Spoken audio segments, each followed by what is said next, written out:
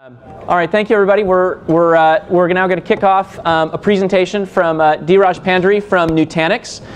There's a whole slew of folks in the back room, so hopefully you guys can all hear us as well through the stream. But I'd like to start off before we actually have Dheeraj kick in. There's sort of two stories I need to tell about Dheeraj before we get started. The first one was that Dheeraj had asked me long time ago if I wanted to join Nutanix early as their VP of marketing, and I think this may show up to be one of my most colossal career mistakes ever, given what they're hearing. So I suspect for the next 20 years he's going to remind me this, which is perfectly okay. So that was the first one, and the second one is a question before you dive in. So I asked Dheeraj before I asked him up on the stage, but with Cisco acquiring Whiptail and not being in the exact space but in a similar space, I wanted to get your perspective on, what do you think this means for the industry and where is it going? And, I suspect it's going to validate your business plan and model, which is fabulous. But why don't we hear it from you? Yeah, thanks again, Matt. As I said, Matt and I know each other for about 3 years now. And I was taking a lot of early startup advice from him when he had just sold his company to, who did he sell? Aerohive. Aerohive, yeah. And he was one of those people that I still respect a lot and used to respect back then as well, which is the reason why I asked him if he would come and join us. Now, hindsight is 20/20, so obviously nobody knew how big it would be like next year and the year after and the year after that. But fortunately, we've come to become a big company, and hopefully we'll do something from here. So talking about the big news from today, Whiptail, if you take a step back, what this really means is that the real competition that everybody's looking to is Amazon. They're like, if they can do cloud computing along with selling books, this is actually going to be a pretty competitive and fierce market. And pretty much every infrastructure vendor wants to do everything. They want to do compute, networking, and storage. And for Cisco, this was actually one of the big missing pieces. Again, not all of you didn't know about, but there was a speculation in the market about how they could go and actually consume or just buy another big startup. If you would ask me what they've done, personally, I believe they took a very defensive approach to this. I mean, they could have acquired a bigger franchise, a bigger brand than Whiptail, but I think at the very least, when they actually call it, converged infrastructure, part of converged infrastructure, they're again hedging their bets against some big businesses. They do enough business with FlexPod and VC, vBlock as well. So it remains to be seen how this all comes together. Now, I think in the media and in this analyst world, we try to look at things black and white, very black and white, because it looks like if Cisco has pissed TMC, there's going to be a big, fall down because of that. None of those things actually really happened. I mean, as an example, SAP and Oracle had a fallout 10 years ago when Oracle acquired PeopleSoft. And SAP still sells a lot of Oracle, even to this day. So these relationships are quite complicated. Yep. And it's easy to just look at this and say, well, looks like it's going to piss EMC off. But I think those big boardrooms, they understand what they're really doing. Yep. So I would just stop at that and say that it does validate the converged infrastructure space. There is another vendor now which can really claim to be a pure play of converged infrastructure. In the past, Cisco was mostly in a part of a coalition, either a VCE coalition, yep, or a FlexPod coalition. So I think it's all good. At the end of the day, the true north is, as we'd see, a true software-defined solution as opposed to things that you just put together in a rack and call it converged. Yep. Excellent. Well, thank you for taking the unscripted question. And with that, Dheeraj, I'll let you have the podium. And thank you for. And by the way, thank you for sponsoring lunch. I think we need to give him a great big hand. Thank you. So thanks again for all of you who have shown up here. I saw that there was a pretty big crowd, especially around networking, and it looks like this day is going to be focused a little bit on networking. We are a little bit different. We are more on the compute side, and we're more on the storage side. So just a show of hands, how many of you have heard the name Nutanix before? We'll see whether marketing works or not. Good, that's not bad. Maybe about 60% of you have heard the name. How many of you have heard of vSAN, the VMware vSAN solution? Wow, looks like fewer people know of VMware vSAN than Nutanix, which means something. How about storage, the interest in storage? How many of you are interested in knowing about storage? I'll raise my hands twice. Okay, yeah, I can see why. Okay, good. So this is going to provide some diversity to today's network field day. We are focused on storage. We do a lot of things in storage. So without further ado, I think our first question, what really is software-defined data center from our point of view? Obviously, there are different ways of looking at this pretty nebulous term, and I think it is a marketing genius from wherever it came. I think it came from VMware, if I'm not mistaken.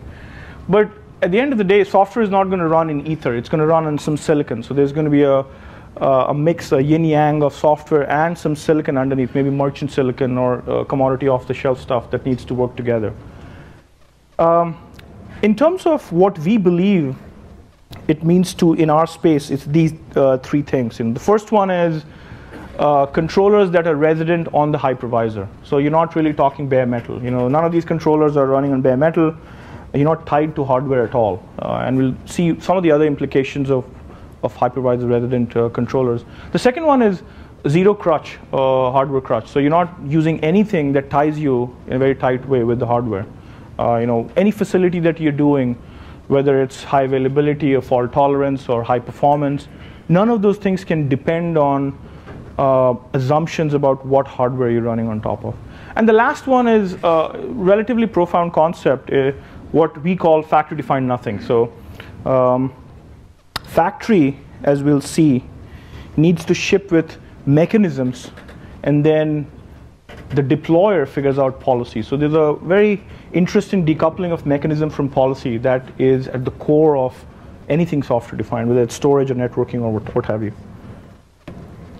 So the first one is around hypervisor resident controllers. Our take at Nutanix is that the controller needs to sit at the top of everything. It needs to be the tip of this pyramid. So if you look at this pyramid, if you go higher up the pyramid, you have better performance, and you go lower down the pyramid, you actually have bigger capacity. Now, if you were to move the storage intelligence all the way up to the tip of the pyramid, then you have made sure that software can address every conceivable tier of storage. Now, today we talk about PCIe and local SATA SSDs and local spindles and so on the server side. But there's going to be new form factors of flash. For example, people are talking about DIMM-based form factors, like companies like Crossbar and Diablo Technologies. They're talking about DIMM-based form factors. So unless you really have the intelligence sit all the way up in software on the server side, it's very hard to really go and address all forms of storage, whether it's server side or network side or cloud attached, doesn't really matter. So I think the first most important observation we make is that it has to be software provisioned. You should be able to use APIs to provision a storage controller in software. And one of the implications of this is this idea of convergence. Now, the word convergence is extremely bastardized, and it means different things to different people. Today, at a very raw level, it means I'm doing everything. So I can bring you compute, I can bring you storage, I can bring you networking. But to us, convergence, true convergence really is about software. It actually is about converging everything on the server in the x86 real estate that you have. And that's why I use the word x86-based convergence, because every data center service, whether it's networking or security or storage or compute, will actually become virtual, and hence will actually sit on top of a new substrate called the hypervisor. And the last one is about why these things actually are helpful. So you talk about software-based controllers. The first implication is, well, you get x86-based convergence, but how does it help? Well, if you look at Nutanix, for example, when we have a performance requirement that comes in the field, you just go and tune the controller. We give it more RAM, virtual RAM, or we give it more virtual LAN bandwidth, or we give it more virtual CPUs. And that's our way of actually going and tuning the controller. And it can be done in the field, so you don't really have to do this by going back to your hardware manufacturer and saying, now we have Sandy Bridge, let's go and build the next controller, or now we have Ivy Bridge, so let's go and build the next motherboard or controller. It's all possible through software. And that is the power of software-defined data centers. The fact that you don't have to go back and tape out a new hardware if you need some more performance out of your existing services, storage services, networking services, and so on. I mean, in fact, the people who are even talking about how to use Nutanix in a way where in the morning it's more IOPS friendly, and in the evening it's more compression friendly, or perhaps more megabytes per second friendly. And you can do all these things by going and tuning their virtual resources, virtual RAM, virtual CPU, and virtual network itself. So I think that's one of the biggest starting points of software-defined anything, and storage is one piece of it.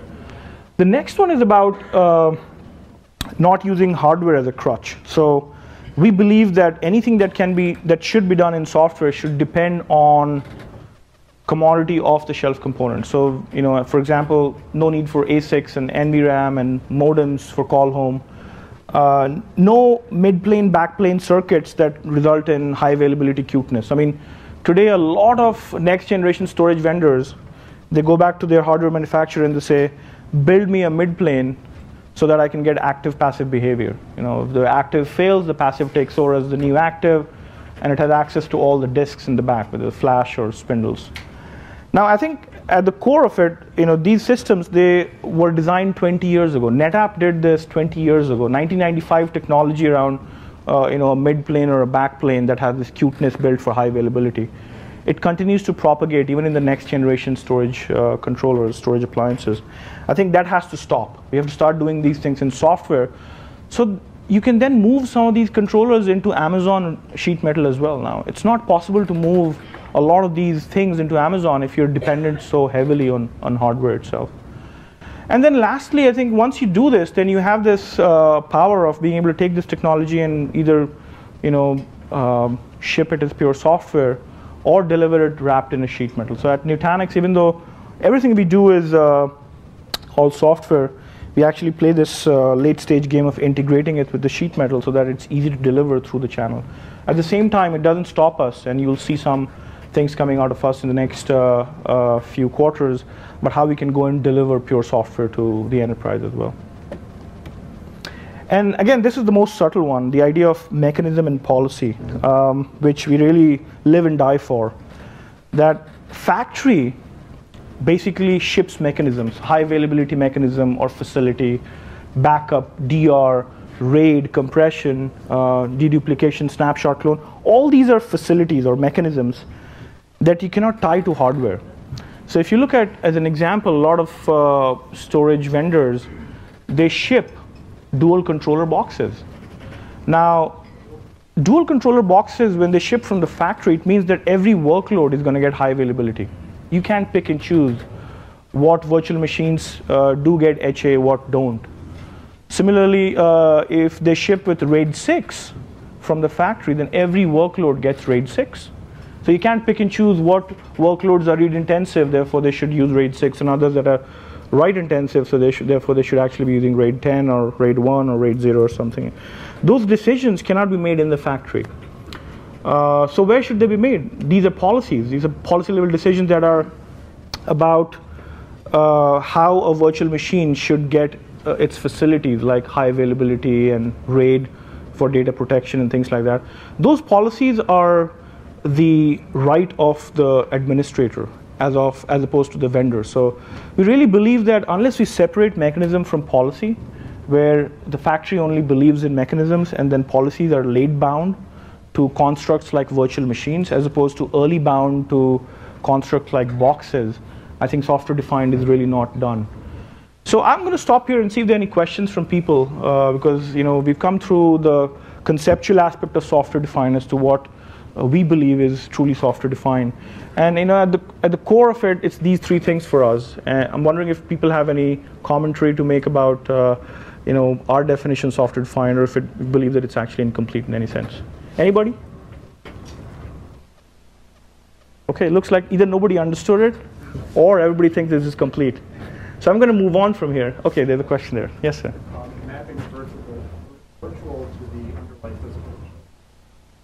Mapping of virtual to the underlying physical. That's a policy. So you will actually, so if you think about it, what does this lead to? This leads to an undifferentiated hardware. So you have physical that's undifferentiated, and then you bring differentiation through software. So these features are basically providing differentiation to software constructs like virtual machines. And it's all done through software. So you can look at this piece of hardware that's totally undifferentiated. It's not providing any differentiation to any construct. And finally, through these mechanisms, you can actually differentiate. You can say that this is the way to build a true multi-tenant cloud. because they are really assigning the facilities to virtual constructs. Okay, so what I meant by that was, let's say that you have errors that are occurring at the physical layer, map those back up to the virtual, or you're seeing them up to the virtual layer. How do you determine what physical? It's a great point. That's a great point. That's a very good point, actually. In fact, one of the big reasons. Absolutely. No, I think that's a great point. Now, if you think about why we shipped sheet metal as opposed to shipping pure software, it was to basically do a lot of that stuff, to make sure that we really understand the hardware-software divide well, because at the end of it, you still have to go and map to some silicon, and you can't be bereft of that understanding of how things fail and why things are slow, because if flash is slow, it'll map to your writes being slow for a certain set of machines or not. So I think it's a very important aspect of what we do as well. We've built this massive control fabric, and as you'll see from some of the UI that I'm here to demo, that those things are actually very true. Now, what we are doing going forward is also provide a layer of abstraction for the hardware so that people can plug in some of these things. Like today, we have a layer of abstraction for the hypervisor, so you can plug in VMware and plug in KVM and plug in Hyper-V. Similarly, we are building this hypervisor hardware abstraction where you can plug in these things like error reporting and understanding flash and spindles and so on much better. Okay, so from then on, I'm going to move to Nutanix. This is just a snapshot of the company. This is just shameless marketing, so I'm going to move very quickly from here. If people have any questions, otherwise it's pretty self-explanatory. I think we have about 280 people. The company is going to be 4 years this December since the idea was conceived. We raised about $72 million, and we are pretty aggressive on patents and well recognized from the community, and a good pedigree of people as well. So how did the idea come about? We basically looked at the consumer cloud guys, the public cloud guys. They argued for a lot of this stuff. They said, look, we don't buy storage like the way enterprises consume storage. We just do things in software. We have spindles attached to machines, and we write software that makes this whole thing look like one single system. So this is one of the basic tenets that was true for Google's data centers and Facebook's data centers, and also true for Hadoop. Hadoop basically said that the developers wanted to write big data. They basically said, we're not going to go and talk to an EMC guy to build big data apps. We're going to do this with servers and rack-mounted servers with storage attached to them. And if you look at what happened about in the last 1 year, is that even the enterprise cloud guys are now talking about, the private cloud guys are talking about something very similar. And I think the big quote from Paul when they acquired Nicira was that nearly all of the hardware in current computer rooms will be replaced by software running on commodity-style servers. So it looks like there's a convergence of ideas. What the public cloud guys have been arguing for the last 5-7 years is exactly what the private cloud guys are talking about as well. And I think this is the true essence of software defined, the fact that you can build everything on top of x86 servers, whether it's networking services or security services or storage services or business applications. But what does it look like now? One of the things we talked about was convergence, and everybody talks about convergence today as if it's the biggest fashion fad of the IT industry. But today it's a lot of assembly. People are trying to really deliver a cloud in a box or a cloud in a rack, but it is just a way of bringing some servers that were built in the last 10, 15, 20 years, some network switches, and some storage together in a sheet metal, and then say this is one throat to choke, or talk about how you guys don't need to do all of this stuff because our people have done this system integration on your behalf. They're addressing the right problems, but the solution is extremely arcane. Look at any of these converged infrastructures out there that basically just some servers, some storage, some networking thrown in, right? But good problems to solve, though. I think if you look at what we do is very different. We actually do believe in convergence. We believe that data center services have to converge, but they have to converge via software. So we bring storage to the software, into the server itself. And now every hypervisor also runs a storage controller. Now, the thing that makes this difficult for storage is how do you make this whole thing look like one single system? Because these controllers have to talk to each other and still make it look like a single system. There's a facade of one big box, even though it's not one big box, but every software layer in this stack has to think it's talking to one big box, as if it's this existing hub and spoke architecture where the hub was this one big box. And that facade is what our system provides. It provides this facade of a single system where you get NFS services and iSCSI services and SMB services, and the hypervisors, whether they're VMware or Microsoft Hyper-V or OpenStack KVM, and in the future Amazon Zen, they don't blink. They continue to think they're talking to one big service where there's a global pool of flash resources and spindle resources that are delivering all the enterprise-grade features we talked about as mechanisms. So, convergence is only one of the pillars of the next generation data center. And what I mean by that is that it's these other four things for us as well. The four other pillars of our virtual compute platform obviously is software defined, but scale out is a big aspect of it. You consume infrastructure like the way you consume, SaaS licenses like from Salesforce or Workday or NetSuite. It's a pretty big part of it. Pay as you grow. Second one, we talked about converged, how the hypervisor is the new operating system for the data center. Server-side flash, we are pretty gung-ho about flash, but more than anything else, server-side flash than just any slide, network-side flash. Flash needs to begin at the server. That's our big thesis. And the last one, which is actually pretty critical for what we're doing in the next 3 years as well, is the idea of hybrid computing, of how there'll be new silos in the data center that we need to go and unify. So around that idea, I just want to mention this brief history of data centers in the last 25, 30 years. If you think about it, Oracle really argued for why OS is a commodity. They're like, look, we can run a database on any operating system you throw on top of us, because they saw ahead of everybody else and they said, look, HPUX and AIX and Solaris and Linux and Windows and all that stuff will commoditize one day. So we have to build this piece of software that's going to really manage structured data on top of any operating system. And they were very handsomely rewarded for that. And then obviously the Linux and the x86 revolution happened, at which time VMware came about and said, look, the next commodity is x86. It doesn't matter whether you buy it from Dell or HP or Cisco or IBM or whatever, but if you build this layer of abstraction on top of this next generation commodity, you guys can start thinking about a fabric that can do high availability, fault tolerance, distributed resource scheduling, snapshots, things like that. So, and again, the market rewarded them for building this layer of abstraction on top of this sheet metal. Now, what's the next sheet metal going to look like? So our thesis is that the hypervisor is the new commodity. It's the new commodity sheet metal, whether it's ESXi or Hyper-V or KVM, or it's a public cloud hypervisor doing computing in the cloud. They're the next generation sheet metals. And any vendor who actually figures out a way to write fabrics, storage fabrics or control fabrics on top of these next generation silos will be able to do what Oracle did 25 years ago and what VMware did in the last 10, 15 years. So that's where we're really headed, in talking about hybrid.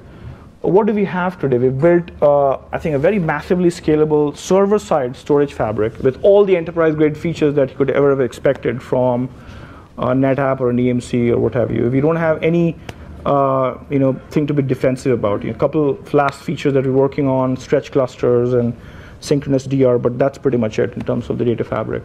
But it really is all software and it's massively scalable, things that a lot of those other guys can't even touch us on. But the big one, which we believe is the place where money will be made in the data center, is how do you make this into an Apple-like thing? How do you consume a data center using visualization, using analytics, monitoring, performance management, all these things, and that's what we call the control fabric. And how do you make this control fabric pretty much run on all these next generation commodity sheet metals, whether it's ESXi or Hyper-V or KVM or Amazon? I think that's where a lot of the focus for this company is all about. And as I said, finally, the big piece is one software that runs on all these virtual sheet metals of the future. And this is where we're headed. I think we believe that on-premise computing will actually bleed into the ether, and you need to have this extremely homogeneous piece of software that runs on all these silos, whether it's private or public, doesn't really matter.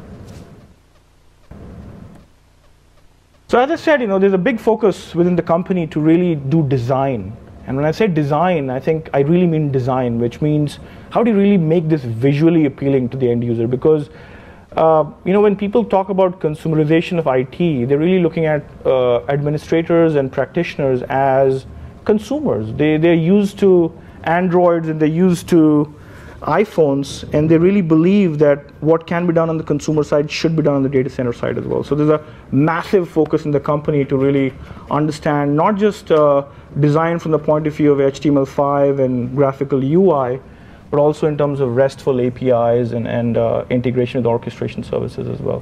So this is a massive push for the company, just to make it very simple to consume and use. So in that vein, I wanted to just show you guys what we are up to. It's still 10% of the way where our real UI is, but take a listen of what this looks like. Let me see if it works. Do you have to download this now? Go ahead and download it. Wow, that's going to be a lot. It's a brand new machine, sorry. Okay, so while it's going on, let me see if I can show you something else. Let's go back to. It's not going to finish. Okay, for those of you who are interested, come to our website. You'll be able to see what we're really doing, because we're really fascinated by design, visualization, and a lot of that stuff. So if you come to our website, you'll know exactly what I'm talking about here. I'll move on. So summarize, more in English terms. The 5 things that we believe in: scale out. Are you paying as you grow? Converged. Am I thinking about virtual appliances, or am I still racking and stacking physical pizza boxes? The idea of software defined. Everything is about a virtual machine, and everything is late bound to virtual machines. Nothing is early bound in the factory or hardware. The importance of server-side flash, and lastly, the idea of these computing silos that somebody needs to bring together, whether it's VMware silo or Microsoft silo or OpenStack KVM silo and so on. So I think we're spending a lot of time on all these 5 things and trying to make progress on these frontiers together at the same time.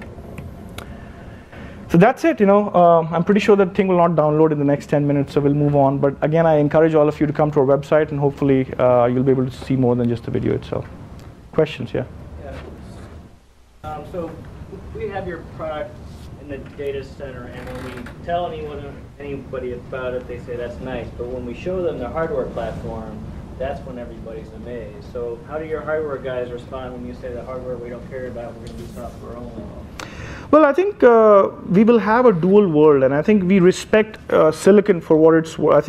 And think about it, companies that have been frivolous about hardware, they actually see a lot of those errors and those things that fail in the system, because eventually you need the substrate. The silicon has to be reliable, and if it's not reliable, the software has to compensate for it. So we need to understand the silicon, the substrate as well. That's why, if you think about it, even when we are doing all software, that's going to be 10-20% of our revenue. Maybe there's going to be 80% of the revenue still coming from the sheet metal itself. And when we distribute this through the channels, the distribution network, and so on, it has to be easy to plug in and in half an hour up and running. Because that time to value is one thing that nobody can beat us on. We've done it so well that you can bring up 1,000 VMs end to end, from rack and stack to getting it up and running in an hour or 2 or something like that. So that focus is not going to go away anywhere. But here, any mention of encryption, and I'm asking in the context of AES-NI and other types of kind of hardware offload. Yeah, so we're working on some of that. Maybe you'll see that in the next 3 to 4 quarters. I think, in fact, we'll use some of the flash, controllers' power to encrypt, or even the disk controllers' power to encrypt. They're already coming with some of these. There's a key manager component that we are integrating with, so that we can actually keep the key manager outside of our fabric. Otherwise, it actually defeats the purpose. But yeah, there's big focus on that too, actually. Any other questions? Yeah. So you mentioned that the hypervisors are going to become ubiquitous. Figures out how to control all of them. What do you think about platform as a service already taking care of that? So the question is, we believe that hypervisors are going to be ubiquitous, but what about platform as a service? So let me see if I can peel the question. You're basically saying it's possible that not all apps will be virtual in that sense. Yeah. You could have apps that run in, say, Salesforce Cloud, which is using Java as a virtualization mechanism, with each session being a thread in a JVM, or like in Workday or in ServiceNow. So a lot of the SaaS guys today in the production environments, they don't use virtualization as a way to provide multi-tenancy or to provide parallelism. Eventually, some of this is actually virtualized for best. Oh wow, this video is playing now? Hold off to that question. I'm really excited about this, so hopefully we'll get to that.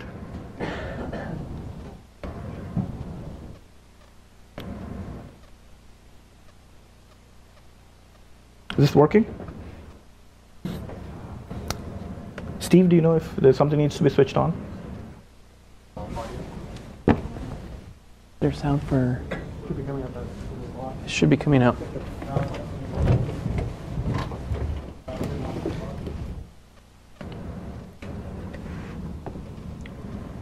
On. There you go. On? Done now. It's coming on now. There you go. Okay. Keep our fingers crossed.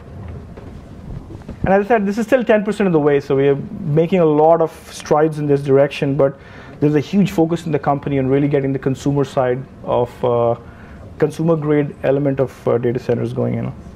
Let's see. Working? When you take down your off, I need to put Alan's slides on the laptop. So Nah, not working. I'll just go up with you and I'll get in the background. Okay. No? Okay, I think we'll abort. Should just work. You'll have to narrate. It's not going to work. It's fine, you know. I think in the interest of time, we're already 10 minutes past the thing, you know. So coming back to a question, sir, about PaaS. I think the two worlds will survive together. I think there are people who will believe in going and using Amazon's database service, or SimpleDB, or Redshift, or one of those things to build next generation apps in the public cloud. But there's going to be, at least if you'd ask me next 3 years, 95% of the computing is still going to be using virtualization, especially because the apps have come to exist. You know, I was talking to somebody from Deutsche Bank. They have 15,000 apps that they need to deal with. You know, Citi has another 15, 20,000 apps like that. You know, those things are not going anywhere.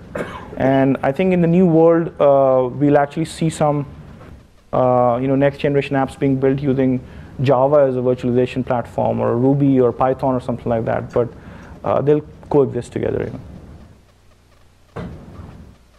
Any other questions? Okay, I think with that. Actually, I've got a question for you. Sure. Yeah. No, so I think one of the questions that the audience has been particularly interested in is, what are some of the killer use cases today that you guys are seeing, start to be adopted from a software-defined data center perspective? So, what kind of use cases are driving your business is really the question. That's a good question. One of the reasons why we differentiated early on was that we didn't try to go and replace existing infrastructure. We said, let's see what are the new initiatives that the enterprises are going after. Because if you go back 30 years, when people are building, still mainframe applications, the 4 companies that betted on this new architecture of client server: Microsoft, Oracle, Adobe, and Sun Microsystems. These are 4 companies, and in fact, 3 of them went public around the same week in 1986. Actually, they said that we're not going to go after brownfield, or we're not going to go after the stuff that mainframes are 95, 99% of the workloads in 82, 83, 84 timeframe. So the big bet they made was that the next generation computing is going to be client server. Similarly, if you look at 10 years from then, people were making a bet on internet-based computing, browser-based computing, as opposed to building more client server apps, because 99% of the market was still client server in 95, 96 timeframe. But you see companies like PeopleSoft and Salesforce, they're focusing more and more on browser-based applications. 10 years from then, everybody started focusing on virtualization, and the big bets were the whole data center will be virtual. So the bets that we are making going forward is that the next generation architecture is going to be software-defined, it's going to be scale out, and so on. And some new initiatives around virtual desktops, big data, people who actually were not virtualizing large SQL clusters, Exchange clusters, SharePoint clusters, they're the ones who are really going and doing a lot of that with us. Okay, excellent. Well, Dheeraj, thank you for a wonderful presentation. Thank you. Our apologies on the technical difficulties. Yeah, well, I encourage everybody to visit our website and learn more about us as well. Thank you again. Yep, thank you.